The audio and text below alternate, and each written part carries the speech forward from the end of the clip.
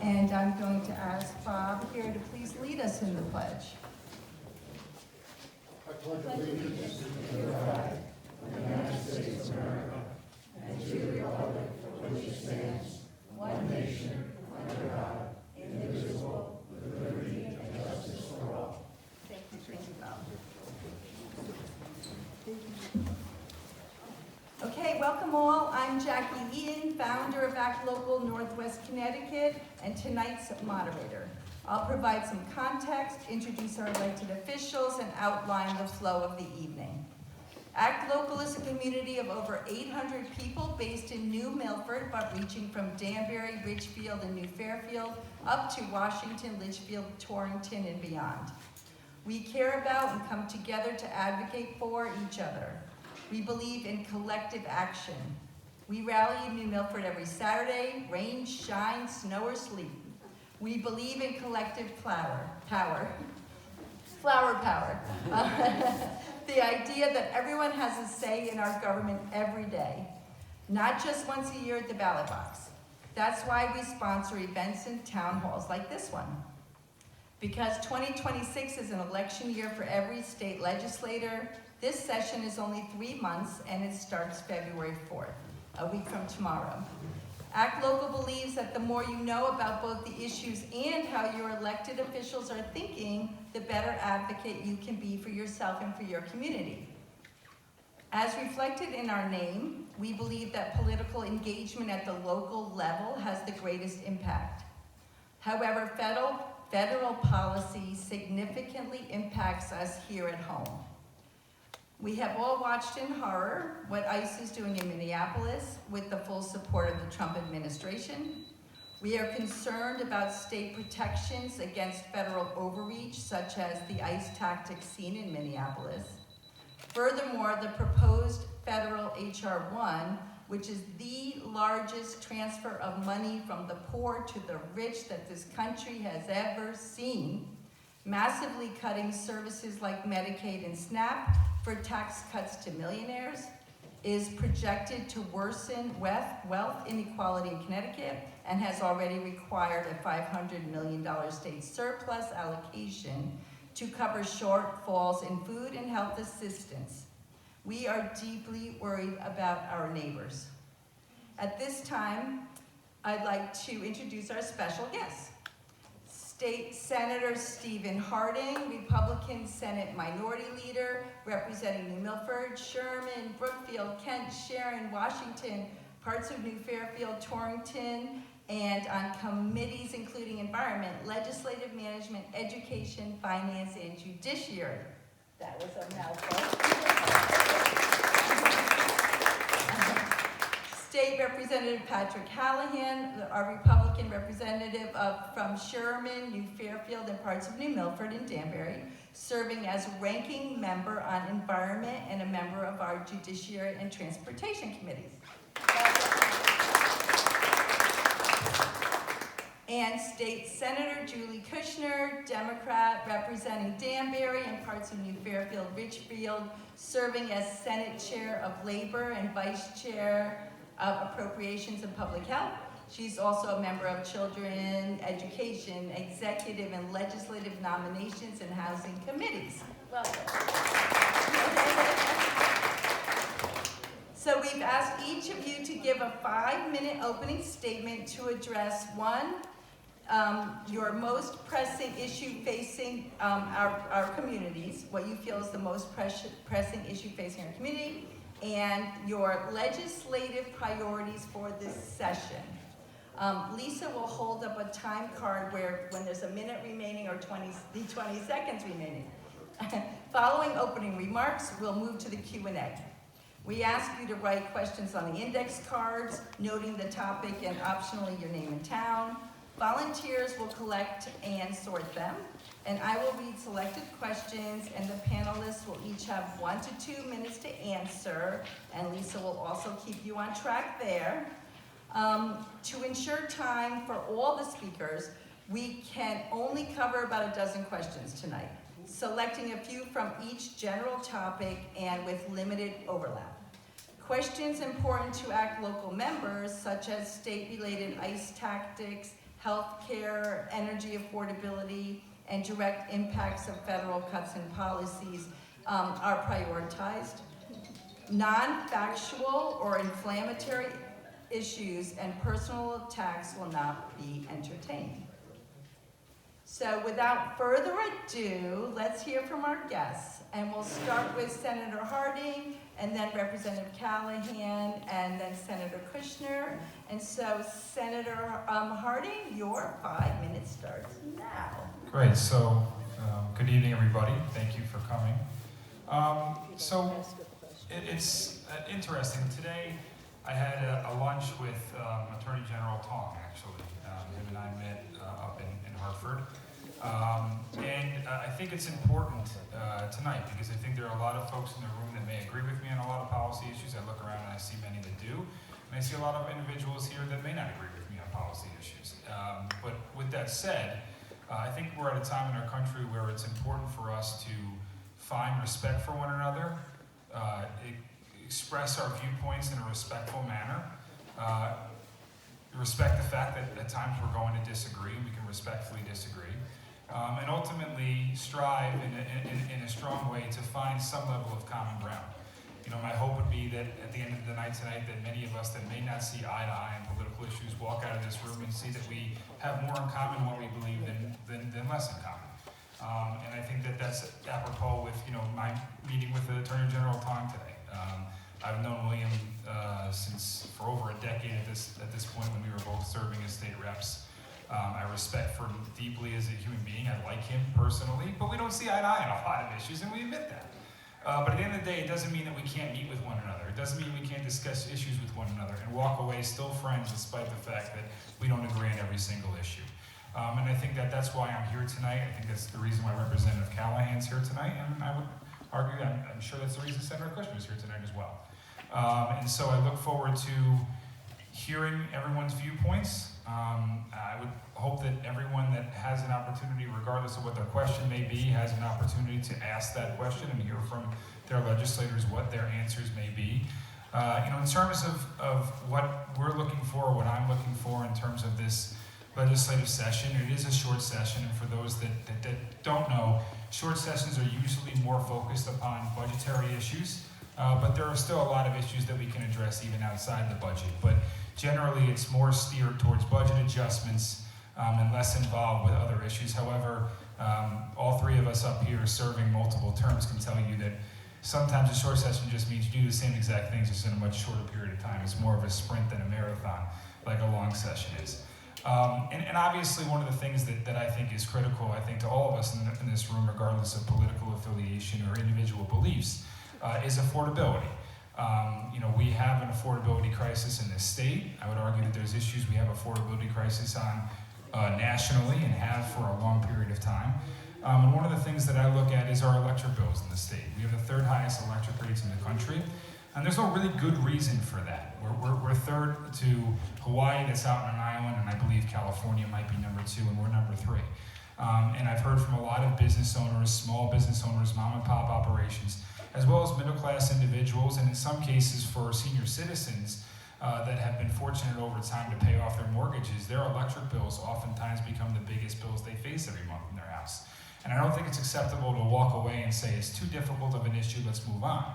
I think we need to respect the fact that it is unacceptable because we have the third highest elect rates, and find realistic, common sense, and I would hope in bipartisan solutions towards addressing that issue to finally drive down those costs, making it easier for individuals in the middle class to stay here in this state, and making it easier for small business operations to continue to operate at hopefully a successful profit margin for them. You also look at taxes here in the state. We're generally seen as the third highest tax state in the country, and we have generally the highest dependence on property taxes. You know, we do have a surplus, which was mentioned earlier in the introduction, and I'd like to see some of that returned back to the taxpayers in the form of tax relief, middle-class taxpayers. Whether it be the income tax for middle-class families and small businesses, or it be potentially property tax relief. And how I look at property tax relief is that it can be done in 2 different positive ways. One, by making an increased investment in education, which is helping foster the greatest future generations to ensure they receive top quality education here in the state of Connecticut. But at the same time, it also offsets itself additionally as tax relief. Because the more we invest at the state level in education, the less the municipality has to foot the bill. And I think how the system was originally set up here in the state is the state of Connecticut was supposed to be paying at least 50% of municipality education bills. We're lucky if we get to 20 at this point. And I don't think that's acceptable, and I think all three of us here would agree with that. So thank you so much for having me. I went on good timing, right? I tried. All right, thank you.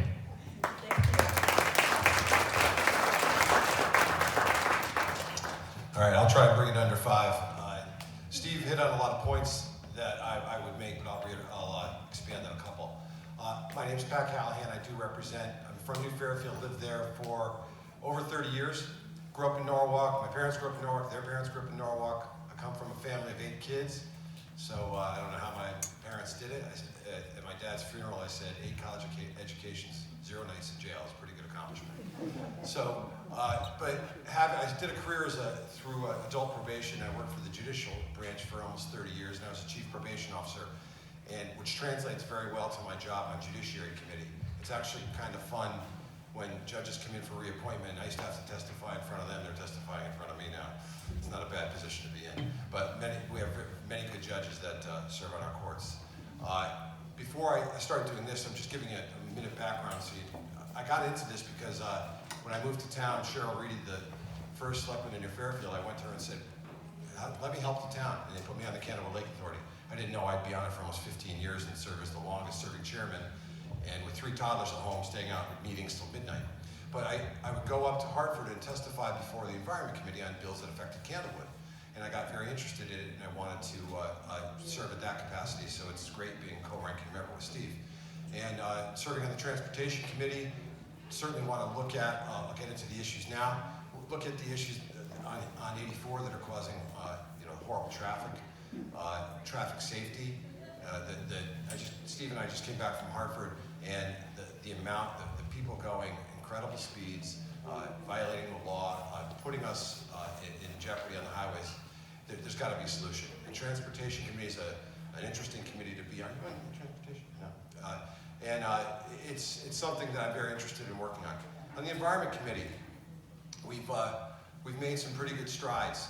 Last year, we did a partial ban on neonicotinoids, which can affect pollinators, and that was a lot of work because we had to work with the turf management people on the off session and get them to agree to use another product, and we're working our way through that now. So certainly we want to make sure that what's being put down in our environment by different professions isn't going to affect the greater health of the environment. As far as affordability, I concur with Senator Harding. It's getting increasingly more unaffordable to be in Connecticut. I have just paid my last tuition payments. My son is finishing up his last semester at University of South Carolina, and now they're coming back. They stay with you for a little while. They're complaining about the affordability. I would love to see us give anyone who has loans from secondary education, anything after high school, to get tax deductions, to try and draw these kids in. Give them $10,000 a year, including principal and interest, and get those kids to choose Connecticut. So I've put it in before, I'm going to put it in again this year. When it comes to electricity, insurance, all these ancillary costs affect your ability to buy a house or rent an apartment or buy a condo. So those are things we have to look at. That's why the unaffordable electricity is one of the top issues. So, and when it comes to, Senator Harding talked about, I know we're coming from different points of view here, but Senator Harding and I were at a meeting in Hartford on Friday. We were invited to go to Braver Angels. Braver Angels brought in a group of Democrats, a group of Republicans. We sat together for the day and talked about how to bridge the gap. And it was very interesting getting to know our colleagues, some of the colleagues that maybe I never served on a committee with. There's a lot of us. There's only 36 senators. So getting to know them, getting to figure out how we can bridge the gap and work together. I'll end with this. On Environment Committee, Julie and Steve know Mary Mashinsky. How long has Mary been there? Forever. And she's on the Environment Committee, and our JF day is the day where we're finishing up our bills. And Mary came up to me at lunchtime, and Mary's a Democrat, and she said, I've never had a JF day that only lasted 45 minutes. It was a great session. It was good. Now, Mary's about as far to the other side of the spectrum as you can get, but we get along great because we find a way to find that middle ground. And so hopefully tonight we can find some of that too. Thank you.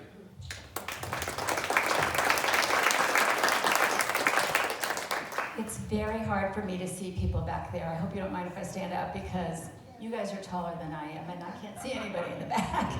But I'm Julie Kushner. I'm the state senator representing all of Danbury, a good portion of New Fairfield and a good portion of Ridgefield. And I have served, this is my 8th session I'm starting in. So I got elected in 2018, started in 2019. I would like to start by saying I did never anticipate running for elected office. It wasn't in my life's plan. I worked for 42 years before I retired from the United Auto Workers, where I helped to organize and negotiate contracts for workers. So when I decided to run for office, it was really because I had a vision that we could do more for Connecticut's working families, and that's what I've been committed to since I got elected. You know, we've been incredibly successful in making progress. My first session, I thought, oh my goodness, every year you get to pass really big bills, because the very first session we passed the paid family medical leave program, which has literally helped almost 200,000 Connecticut workers, and to the tune of over $1 billion in really providing benefits when somebody is seriously ill or has the birth of a baby. And so these are things that really make a difference in people's lives, and I've been very happy to be part of that.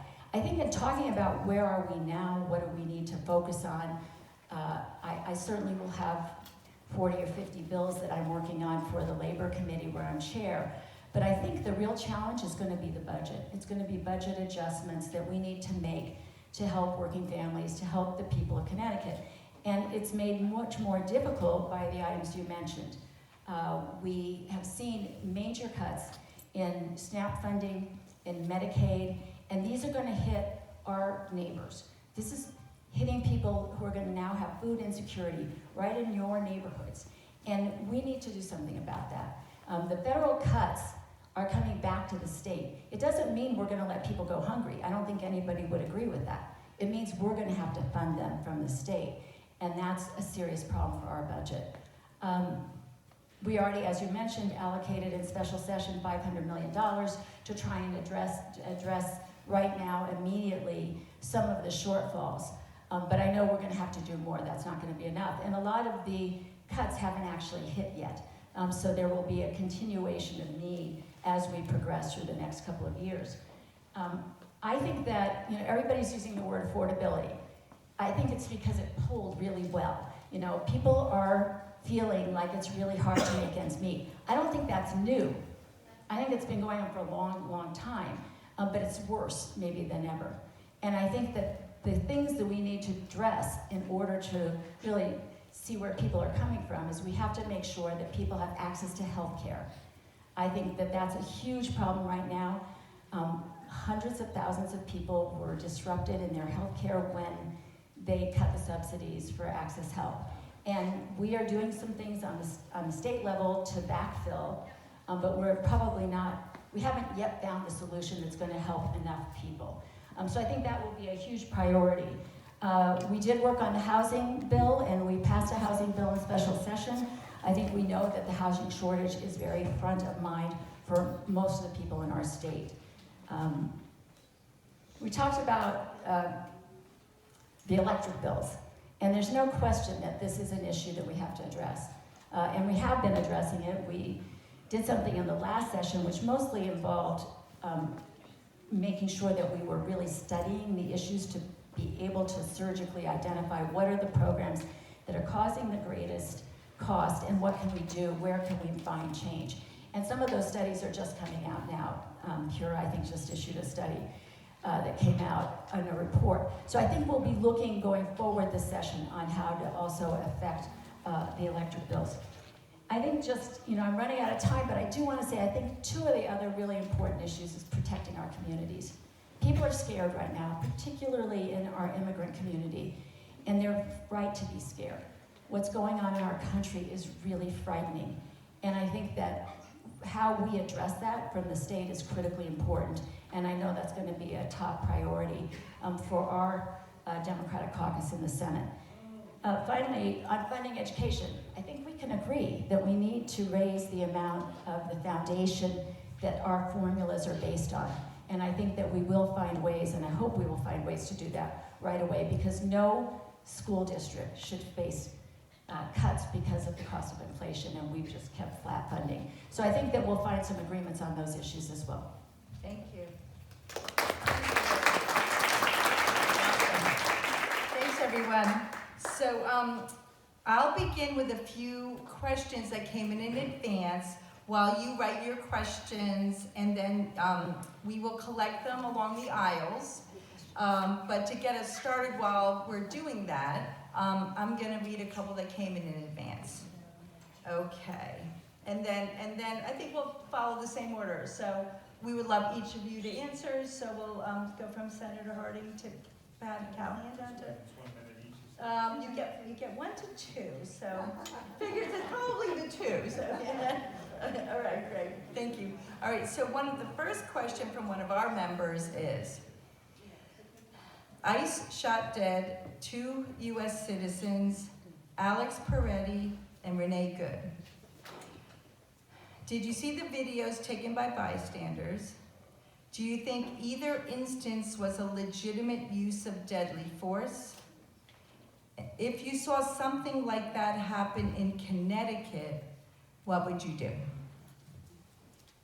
So it's a great question, and obviously, I don't know if I've seen every video and every angle and every witness statement. One incident unfortunately occurred, I believe Monday, either yesterday or the day before, Sunday. And so I have not seen much on the news. I've seen the news stories about that. I don't think I've seen every single video, and I can't say what video I saw or what witness statement I saw. Look, at the end of the day, when you have a citizen in this country struck down by law enforcement for any reason, in any manner, it's tragic, it's terrible, it's heartbreaking. And we can't be okay with that. I completely agree with that sentiment. With that said, I think that there's independent investigations that need to occur by individuals that are truly independent and arbitrary, individuals that are professionals in reviewing witness statements, cameras, every angle, everything that was seen, and ultimately independent individuals need to investigate these matters in all situations where law enforcement strikes down an individual. And ultimately, if it's found that it was done unlawfully, and this person essentially was murdered, then that person, that law enforcement officer, like any law enforcement officer, should face the full weight of justice, be prosecuted, and ultimately face the penalties.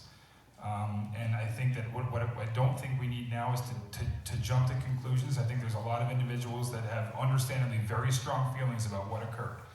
But at the end of the day, we have to all agree it's heartbreaking, it's terrible that someone lost their lives at the hands of a law enforcement officer. There needs to be investigations, and if ultimately it was unlawful, the individuals that did it should face full justice of the law. Thank you. Representative Callahan. Well, Steve pretty much covered it. It's not for me to investigate it. It's not for me to pass judgment until the investigations are done. I do see a problem with any state leaders. I'd have a problem with the state leaders in our state encouraging violence, encouraging people to interfere with investigations. Coming from a law enforcement background, if I did everything from serving warrants to extraditions to searches to investigations, and for someone to get in the middle of that and put all of us at risk isn't acceptable either. And no innocent person should ever lose their lives, but it's not for me to judge until the investigation is over. If the investigation finds out that this was completely unlawful and unjust, then I'll condemn it along with the rest of you. But I'm going to wait and see.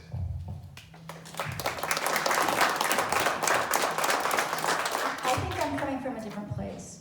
When I saw the videos, I have no words. It's horrifying. And, we're living in a time where there are a lot of videos because people are on the street with their phones and you can see what happened. And to me, that was shocking. And I felt like we're in really big trouble in this country. What's going on in Minnesota is not right. The federal government should not be invading Minnesota.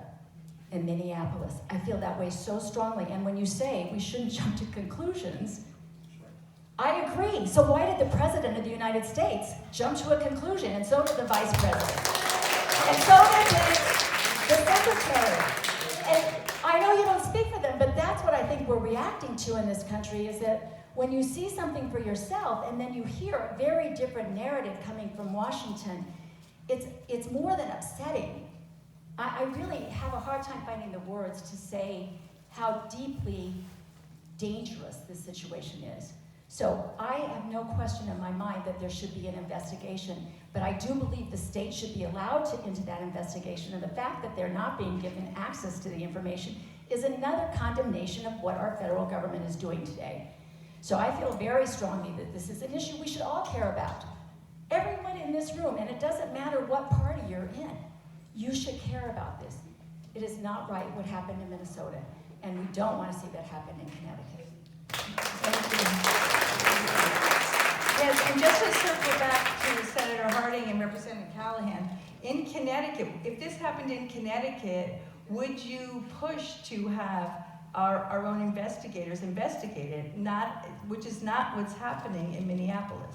They're being prohibited from investigating. I think that the more individuals that are able to independently investigate it is a positive thing, so I would certainly push for our own independent investigation. Yes, I think our state officers should always be allowed to help federal officers do investigations. All right, thanks, folks. All right, next question. So this is from a NAC local member. The public benefits charge provides funding for the following 5 things. For each of these, please say whether you support continuing to fund the activity through the PBC, and if not, where might such funding come from? So 1 is the Millstone Nuclear Power Plant, 2 is grid operations, 3 is low-income assistance, 4 is energy efficiency, and 5 is renewable energy. So I can repeat those if you Yeah, so Yeah. All right, so yeah, there. could you do 1, we'll go down, and 2, and then, yeah. Oh, okay. I think that's fair. All right, so they're saying for each of these, please say whether you support continuing to fund it through the PBC, and if not, where might such funding come from? So 1 is the Millstone Nuclear Power Plant. So I voted against it when ultimately we entered into that contract. I didn't believe it was a good deal for the state. It depends on where the numbers are, because in some years that actually turns out to be a better deal for the state in comparison to what natural gas is. So when natural gas spikes, we actually get a credit on our electric bills.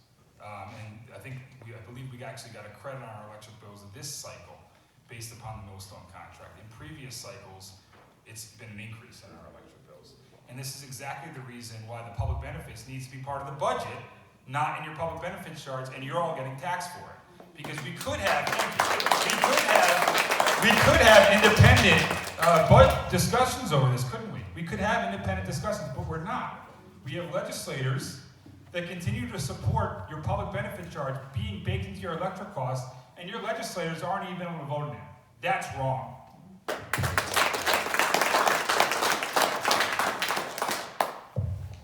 When it comes to, I wasn't there when they voted on Millstone, but I'm a big supporter of nuclear. A lot of countries in Europe are going to modular nuclear. We're building them in New London and putting them on submarines right now. So when the governor addressed us at the beginning of last session, he talked about the need for more nuclear and more natural gas, and I completely agree. In the shale mines in Pennsylvania, I spoke to ISO New England and said, how much natural gas is actually out there? They said over 400 years worth. We just need to get it to you without having to liquefy and drive it in diesel trucks. So large percentage of our power is coming from nuclear. We can't really run the state without it right now. So I definitely support Millstone.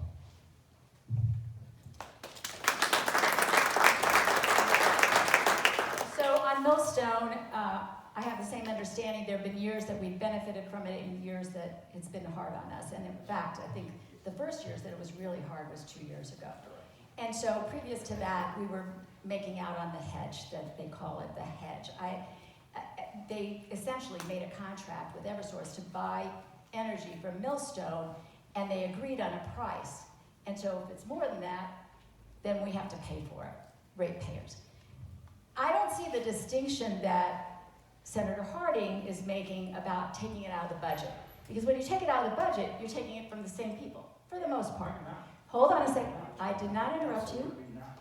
Do you Please, let's not interrupt, please. Let's give everyone a chance. Thank you. I will try not to do that to you.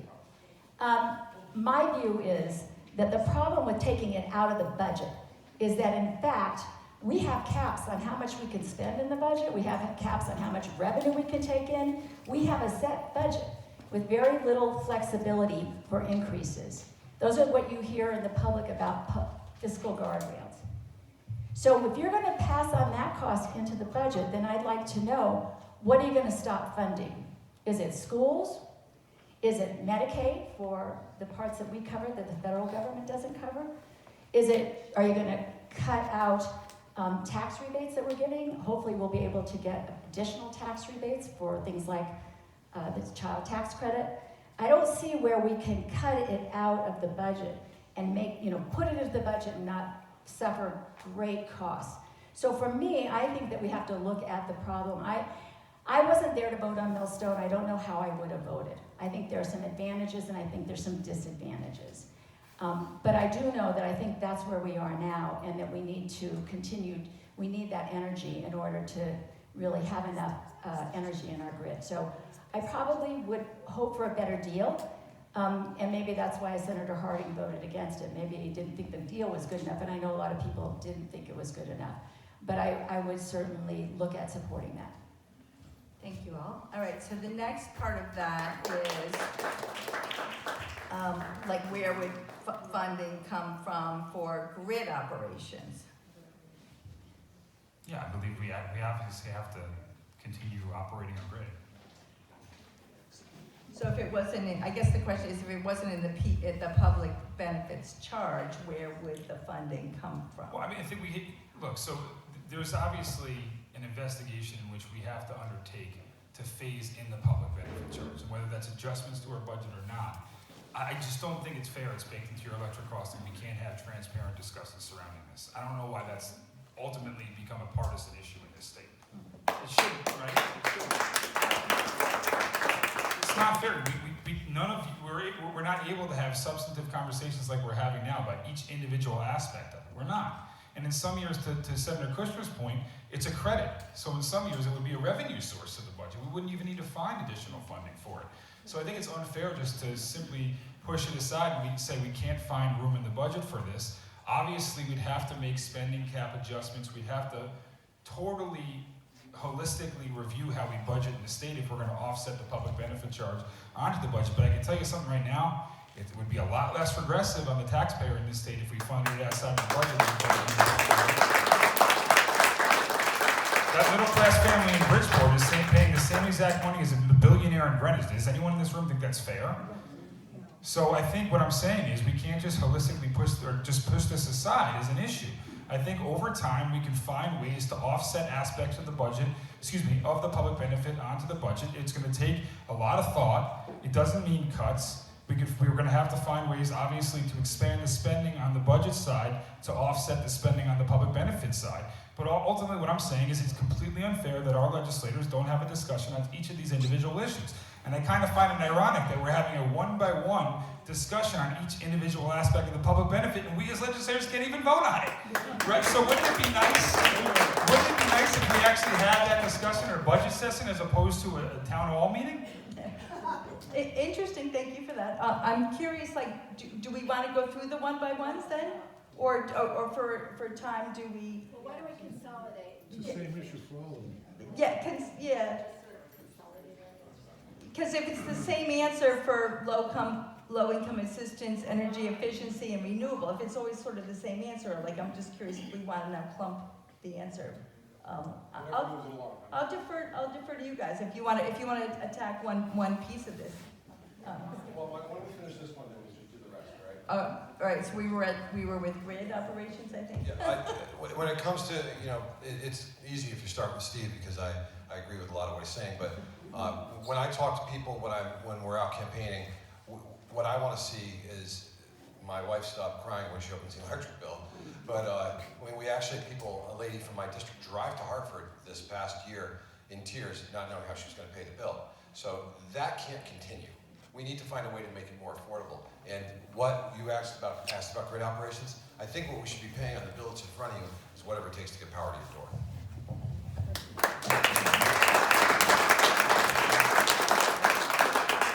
I don't think we have a lot of flexibility in a lot of these things because we are part of ISO New England and we are in this compact.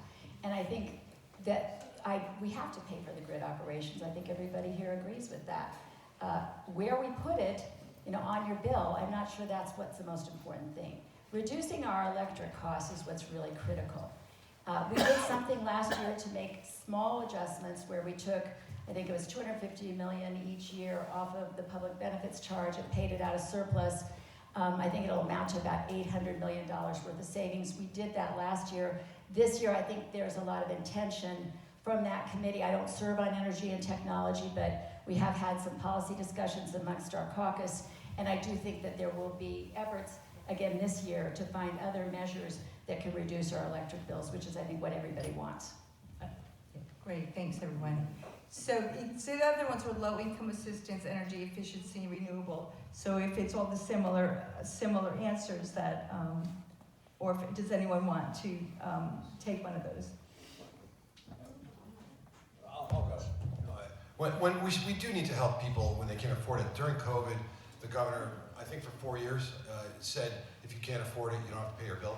But we had COVID money that was allocated from the federal government to pay for that, but Connecticut chose not to use it, instead put it on your bill, which I disagreed with. When it comes to efficiency, I think to have a good program to show people how to save money on their electricity, I know they can come out and do that, good idea.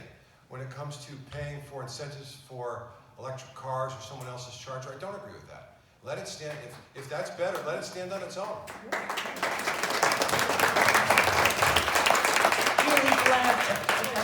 I actually did hear a report today that some of those programs are under investigation. People are looking at the specific programs to see if there's redundancy or to see if the rebates that we have, particularly around EVs, are they going to the right people?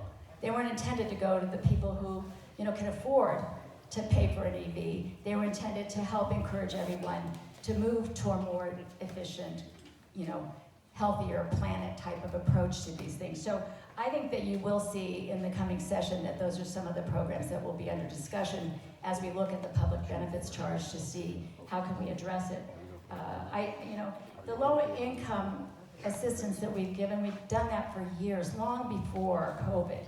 And the people who couldn't pay their bills during COVID are still responsible for those bills. The problem we have is that there were a number of small businesses that we also helped to keep on the lights, and they went out of business. So they're not going to pay their bills back. But I don't think eliminating the low income assistance is the way to go. And I think that's something that's been it's something we do in Connecticut, that we believe in, helping those that can't afford to be able to turn on the lights or heat their house. And I don't want to see us change that. Yeah, and also in terms of renewables, and I think this again, why this should be in the budget as opposed to baked into your public benefit charge. It's a discussion over what aspect of renewables. Are there some renewables we could be finding that are greener, that are better for environment, and seeking out those energy resources in some way? Fine, I completely support that. I think it's a good idea. But if it comes out where I have a middle-class individual living in Bridgeport or Torrington or Winstead subsidizing some billionaire buying a battery-operated car in Greenwich, no, I don't support that. I don't think it's fair you're baking that into your cost. And we continuously have people up in Hartford that continue to support baking this electric and this subsidy onto your electric bills, and you're paying it every single month.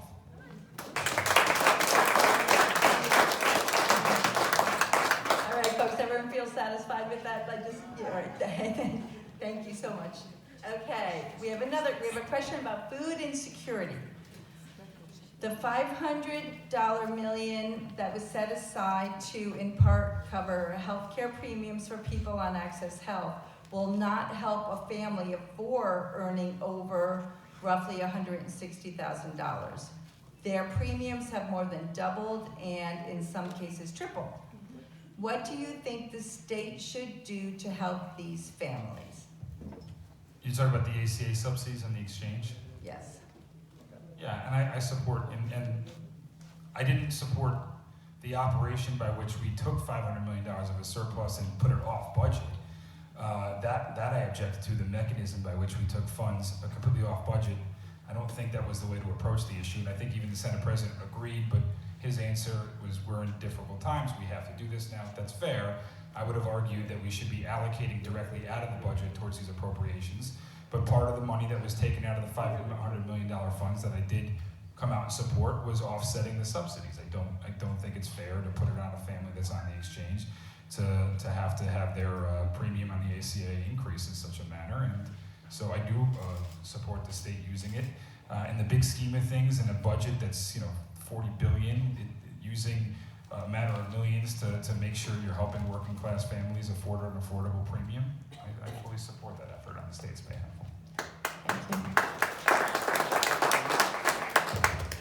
And yeah, I agree. When people are in need, people are in need. But we have the ACA, when it went into effect, there was a sunset clause that was put in place by the previous administration that the COVID subsidies ended December 31st. That was just the case under the previous administration. And now the costs continue to rise exponentially under the ACA. So I don't favor making balloon payments to insurance companies. I favor getting the money to the people so they can decide on the best way to get affordable insurance. I certainly am in favor of crossing state lines and trying to find the best deal you can get. Because right now, the way it is with healthcare costs, electricity costs, insurance costs, how the hell is anyone going to be able to afford a house when they get out of college? So yeah, I mean, there are some subsidies needed, but we also have to make major changes to the ACA so we can stop the ballooning costs.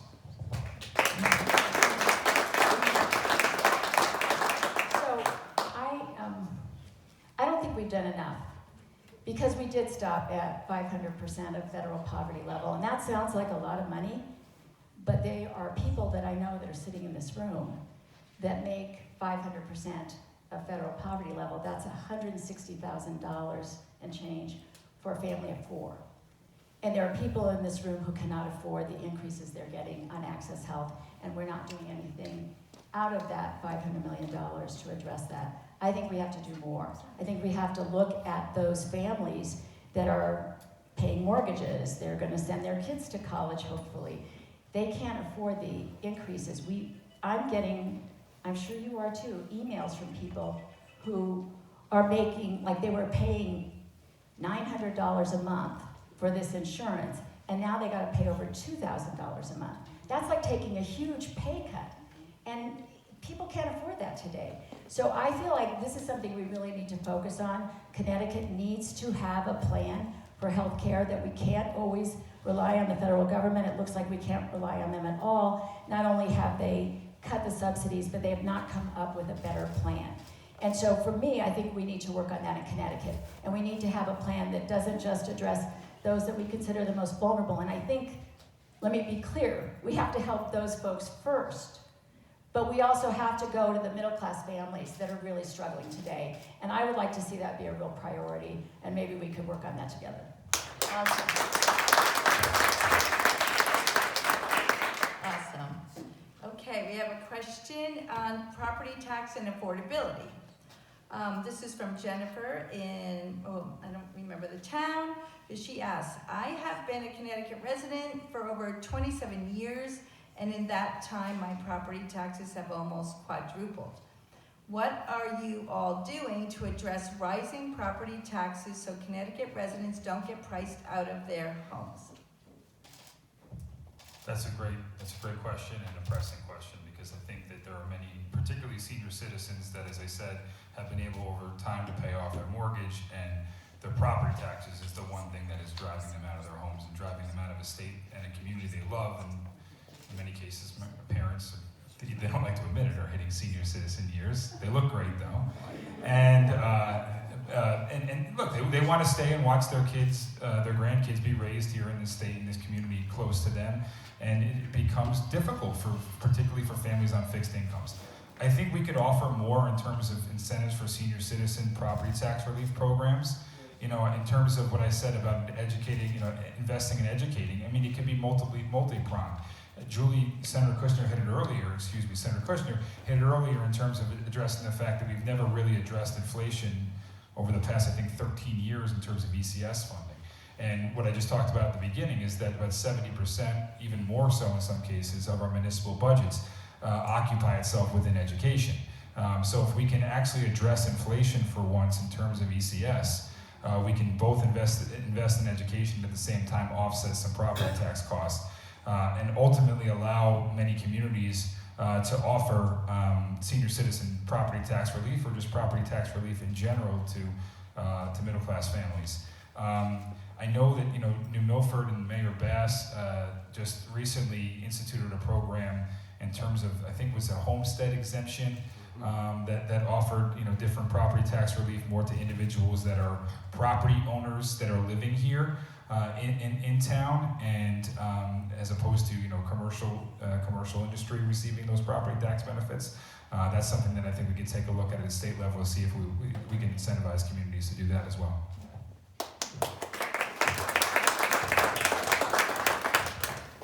Thanks. It was good to say with your parents. They still look great. But when it comes to, I think we can all agree on this one. When it comes to education, ECS, education cost sharing, if we can get a bigger chunk to the towns and actually account for the inflation, that could definitely give people relief. When it comes to seniors, I agree with Steve that it's really heartbreaking to me to get emails from seniors and try and find them some answers to get property tax relief so they can stay in their houses. There's a lady off of Dick Finn Road in New Fairfield. I felt so bad. To this day, I still deliver her fresh bread about once a month because I'm pretty good at making bread. And because I feel so bad, I can't help her. I just want to stop and visit her and talk to her. And that's a true story.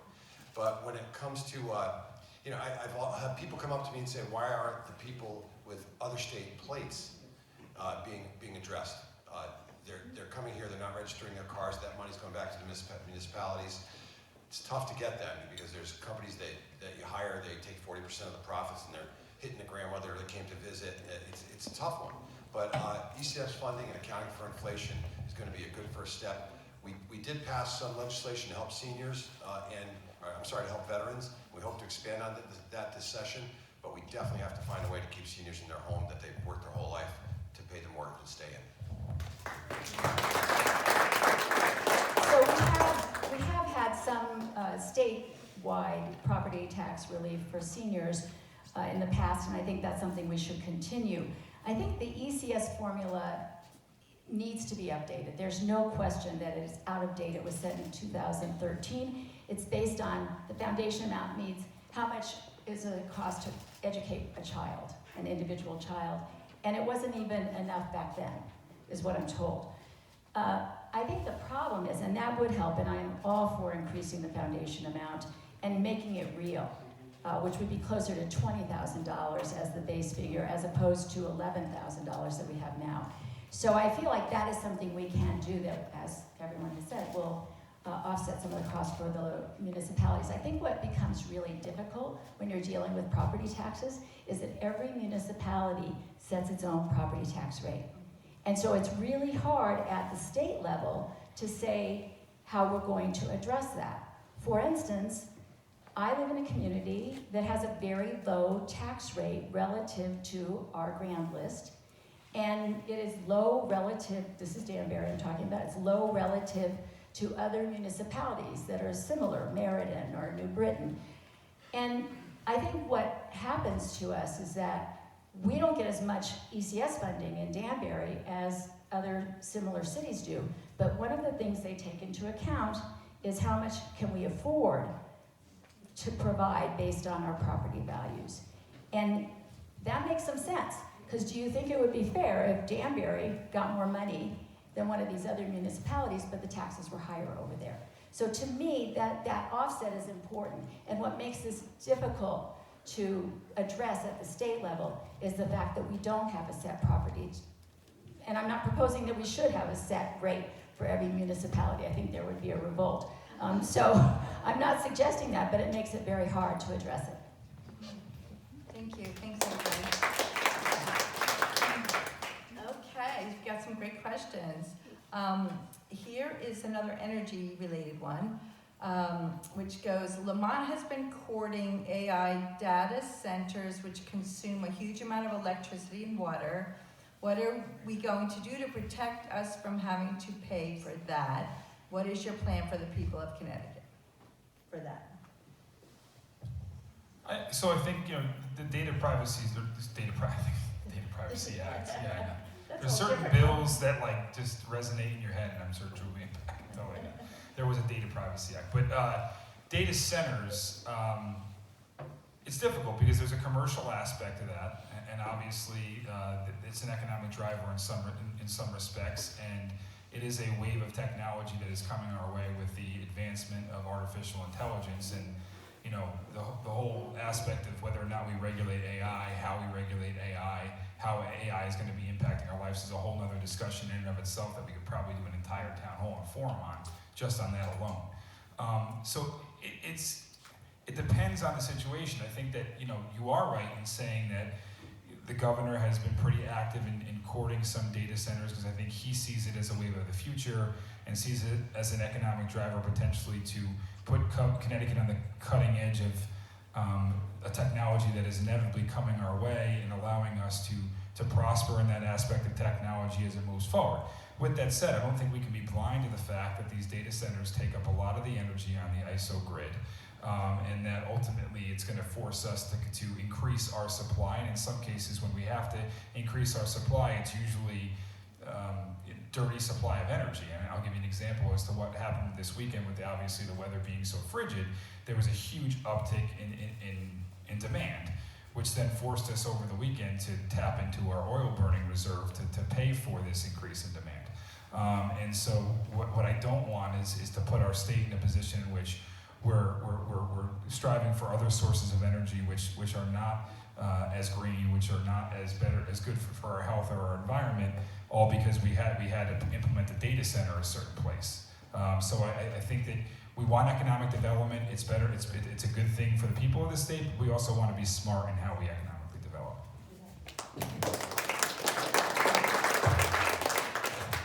Computers, AI, data centers are going to be part of our future, but how do we power them? And I agree with what's going on in other places in Europe where some places are even using dedicated modular nuclears for data center. So and any overflow would go to the grid. We also have a pretty fragile grid and a pretty outdated grid. So as long as the governor takes into account with data centers comes the vulnerability of the grid. So with our energy mix now with oil, natural gas, nuclear, and a small amount of renewables, including hydro, wind, solar, even wood. But that's all going to have to increase the amount of power being provided to just accommodate these things. So again, I think we're going to have to rely on the most efficient, clean way to go, and it's going to be modular nuclear because it's part of our future. We're going to have to start looking into it because it takes an awful long time to permit. I think it's a real challenge to talk about data centers because nobody wants them in their backyard. And we're a very densely populated state, so there's no place where isn't somebody's backyard. So I think that's part of the big problem. I know there's a controversy in New Milford now. I haven't really been engaged in it because I don't represent New Milford, but I think the people of New Milford are very reluctant about these new forms of storing energy, and I think that's legitimate. So I think the effect on the environment, the cost to ratepayers, those are all things we should be concerned about. I understand too the desire to be on the cutting edge. I mean, we have to try and put Connecticut in a place where we attract business, where we really are developing our economy. But I think that data centers is going to be very problematic and hard to get through the General Assembly. Thanks, everybody. It's interesting, the question really focused on how do we protect us from paying for it. And so I think people were curious, or to put a little nugget in your heads as you're talking about this, is to say, what are the deals made with these companies so that they pay and not us, right? I think that was a driving question. Can I just say to that, and I did hear you say that, and I apologize. That's cool. But I think part of the problem with that is that you're competing with other states that are trying to bring that business, and so what happens is you maybe you shouldn't, I don't think it should be passed on to ratepayers, but on the other hand, we look at the other hand, there are gonna be subsidies and other kinds of economic incentives to bring the business here. So it is complicated. And I do think that it's a question that we're gonna have to address going down. I don't think we can avoid it. I agree that AI is coming, it's already here. And so we're gonna have to address this growing need for energy and for electricity. That's cool. And Senator Harding, I have something that's sort of a follow-up that maybe is relevant to what you're, that might be relevant to what you're about to say. But then, so as we talk about how we're paying for it, this was interesting. Somebody just popped in and go, could the data centers pay the entire public benefit? So it may be, just dropping that Put in it this there. way, if the data center agrees to pay the entire public benefit for the state of Connecticut, then we don't have to add it onto the budget.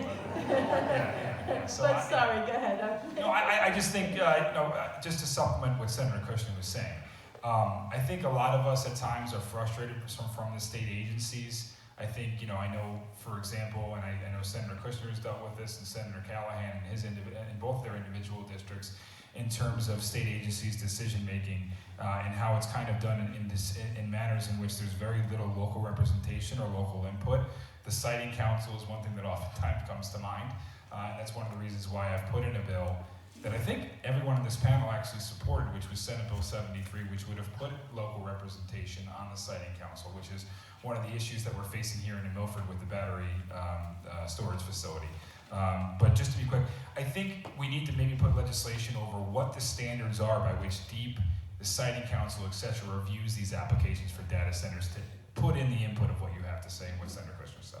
Awesome, thank you. Okay, changing gears a little bit. This one's regarding our Connecticut National Guard. The ACLU of Connecticut has drafted an executive order setting clear, established, and durable guardrails that would prevent the Connecticut National Guard from being used to enforce the Trump administration's immigration and enforcement policies, and would bar Guard personnel, equipment, facilities, and data from being used for federal immigration enforcement actions. Will you support this proposed executive order? Executive order from who? Well, the ACLU had submitted it to the governor and as a recommendation to consider. The governor hasn't signed it. He has not signed it. So I think that it would be up to the governor to examine what aspects of that would be positive in his mind or what may be negative in his mind. I don't know, that's kind of a broad scope, and I understand that there might be individualized instances in which we would not like to see as Connecticut citizens the Guard used in some ways for federal enforcement, and I respect that, and there might be some avenues where I would agree. But immigration in general, we did have a period of time where the border was not being stopped, and there were individuals coming into this country illegally that had violent criminal backgrounds, and I would be loathsome to tell the National Guard or anyone that we shouldn't stop those individuals from coming into this country. And so,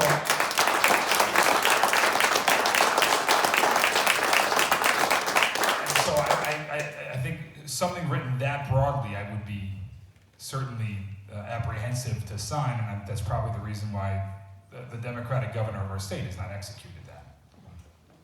I encourage everyone to look into it further.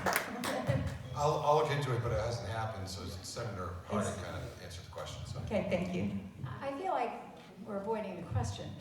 The real point of the question is whether or not our National Guard should be used to enforce immigration enforcement, and we've seen it in other states, and I think that's why this effort is coming to Connecticut, because we don't want to see that. We don't want to see National Guard from our state or from any other state on the streets of Danbury rounding people up. We just don't need that. We don't need to see that. We don't need it here. And I think that's what the essence of this is.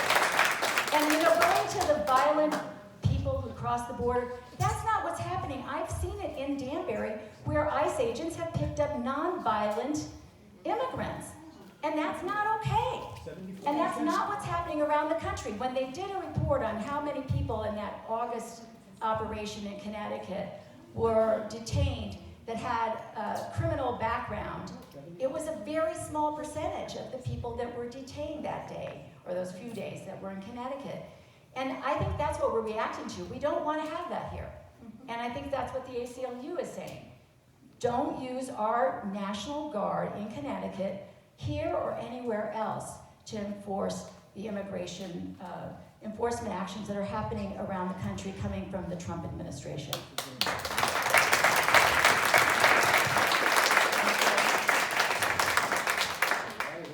Thank you. So here's another, we have another housing and homeless question. Homelessness in Connecticut increased 9% last year, 13% the year prior, and is expected to increase dramatically as the Department of Housing and Urban Development makes severe cuts to the state of Connecticut this year. While New Milford utilizes a seasonal volunteer-run shelter, many New Milford residents rely on the Association of Religious Communities Danbury Support Center Homeless Shelter. This 24/365 regional facility provides full-time paid staff to successfully transition 51 of its 102 clients into permanent housing last year, including several from New Milford. Despite these results, the Danbury Support Center is funded by the Department of Housing at only $5,750 per bed, while every other DOH-funded shelter in the state receives $11,500 per bed. Whew, sorry, that was a lot of numbers, thank you. But it's a great question. But would you support a state budget line item to ensure the full-time shelters serving New Milford and the greater Danbury area receive the same funding as every other DOH-funded shelter in the state? And that was from Ari. Thank you, Ari. Who didn't know that was from Ari? Yes.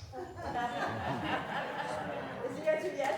Yes, and I'm happy you said that because I was not aware of the discrepancy. And I'd love to talk to you further about why there's that discrepancy, because that doesn't seem to be equitable at all. All right, yeah, and when I worked with probation, I did a lot of work with the New Street Shelter. I was there probably every day, and bringing them clothes, transitioning people from incarceration, trying to get them into the right programs, so I know how valuable the programs are, so yes. So I would say yes, but I would also say that I've already had a lot of conversations with Ari about it, and I'm not just going to support it, I'm going to actually advocate for it, because it's what we need. We need for the whole regional area, and unfortunately, we have too few beds. We only have, 40 beds that are permanent beds in 2 centers, and that's not enough for what we're dealing, for the homeless population that we're addressing. I'm thankful that we have warming centers now, a good warming center at the United Jewish Center, that we're able to accommodate a lot of people in this seasonal, cold weather. But that's not even enough, because people are then out during the day. We have a real crisis, and I think we do need more funding. I know I've spent a lot of time with Ari, so I know some of the reasons why we got here, and be happy to talk about it, but we need to advocate for fair funding for our shelters in Danbury.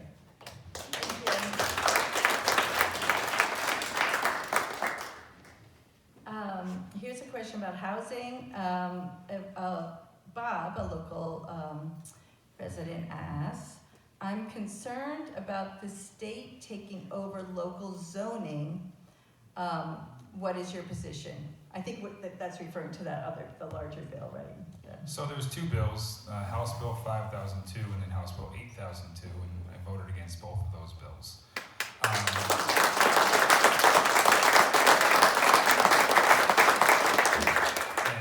I think it's the biggest step towards statewide zoning overreach that has ever occurred in my 10 years in the building, and arguably probably since 8-30G, which a lot of our communities know about as well. We talk about, I know the ACT Local and many individuals here care greatly about their environment, protecting our open resources, our natural resources, our preserves. This is the biggest step, in my opinion, towards overriding those protections for open space. And in my opinion, if you support open space preservation, if you support protecting our natural resources in the state, you would vote against HB 8002 and 5002. Because it is the beginning of mandates to communities, irregardless of its topography, irregardless of its geography. I have communities like Goshen that are in my district that are the waterway and the watershed for much of Connecticut. None of the bill in 8002 or 5002 takes any of that into consideration. You have, originally it was the state coming down and saying these are the individual units you need to have. Now it's through a regional COG that's going to go through from the state, from a state directive, to the regional COGs, to the municipalities on what housing and how it gets developed in our communities. It also strips away more local aspects of zoning as well into certain areas of our community and certain half-acre properties. In some cases, it strips turning commercial to residential by right. It is going to be the biggest growth spur for development in areas in which we'd like to preserve open space, and that's why I voted against it.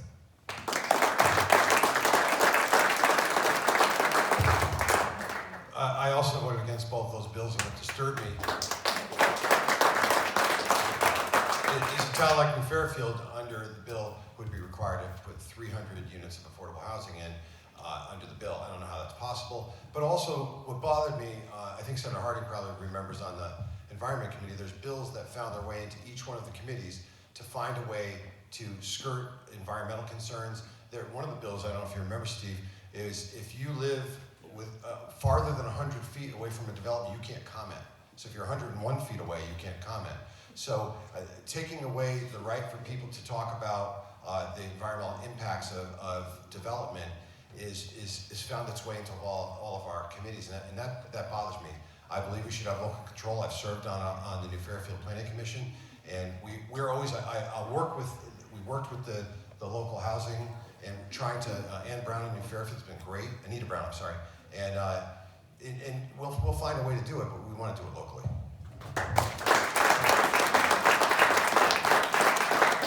Well, I voted for the bill.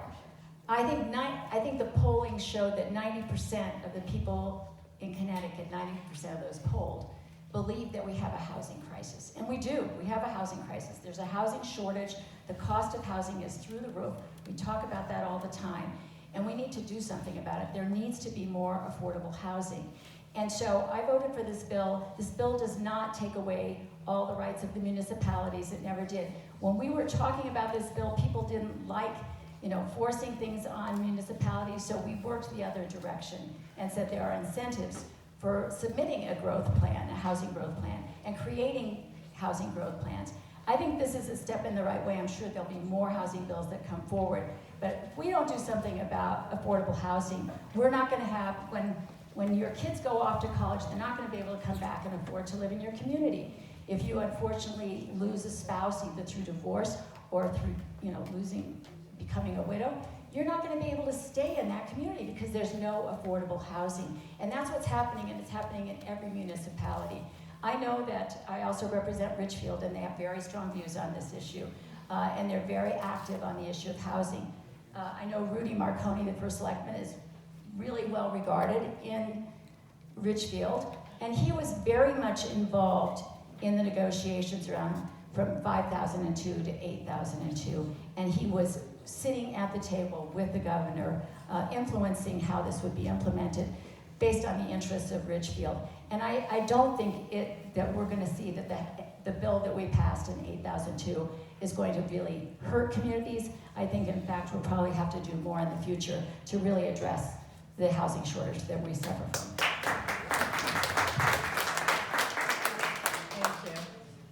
Thank you. All right, hold on, sorry. Organizing here. Here's a question. Specifically, Senator Harding and Representative Callahan have talked about having public benefits charges, more relief for seniors, and more school funding to come from the state. Wouldn't that require raising income taxes, and where would the money come from? Does that make sense? So, it depends on, we have a $4 billion surplus right now. There's ways that, and we have about, I think, almost well over $200 million that we could spend within the confines of the spending cap that we can invest towards those areas. So it doesn't always mean cutting things to find investments towards other areas. And I would have a hard time believing there's greater priorities than offsetting senior property taxes and reducing electric bills for middle-class families. I don't know if all you agree.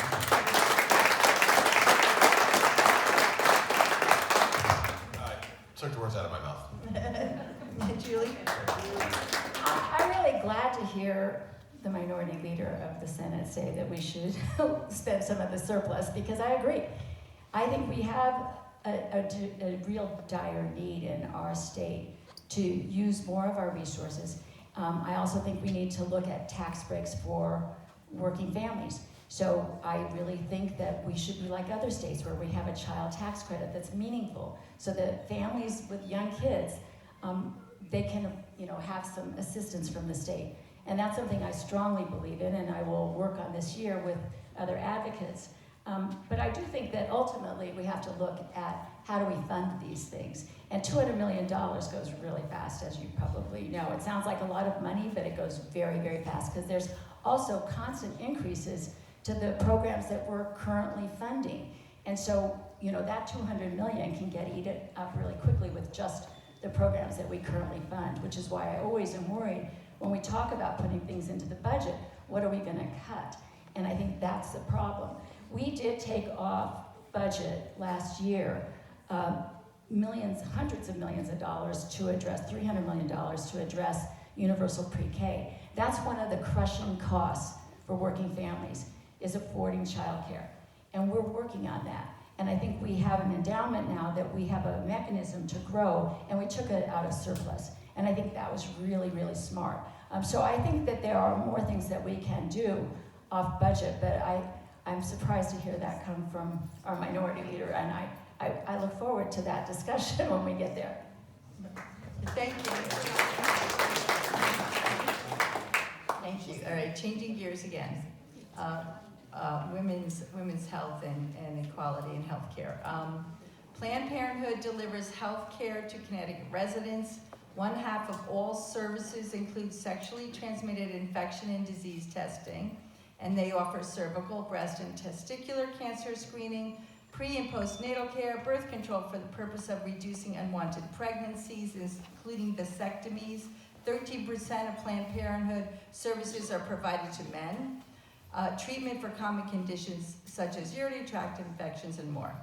Abortion is a reproductive health care service and only represents 4% of Planned Parenthood services. Do you support Planned Parenthood?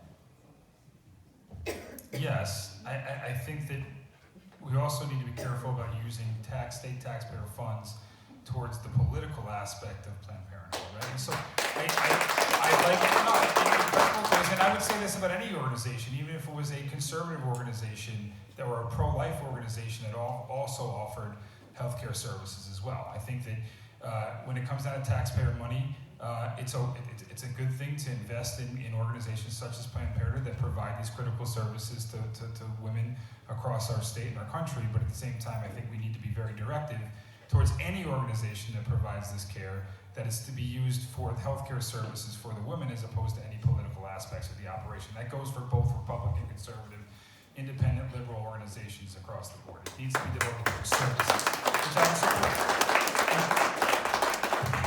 Agreed. If it's for healthcare services, yes. But also if it's, as Senator Harding said, for other political reasons, no, I don't want your taxpayer money being used for that. But you pretty much answered the question, and hopefully we'll get to some of the other questions. I know we had a lot of people here, and hopefully we'll get to some more bipartisan questions as well. So I don't know I'm not sure what political activities you're talking about. My very first gynecological exam was at a Planned Parenthood in Nebraska. And there are many, many women who use Planned Parenthood, and now we heard men also.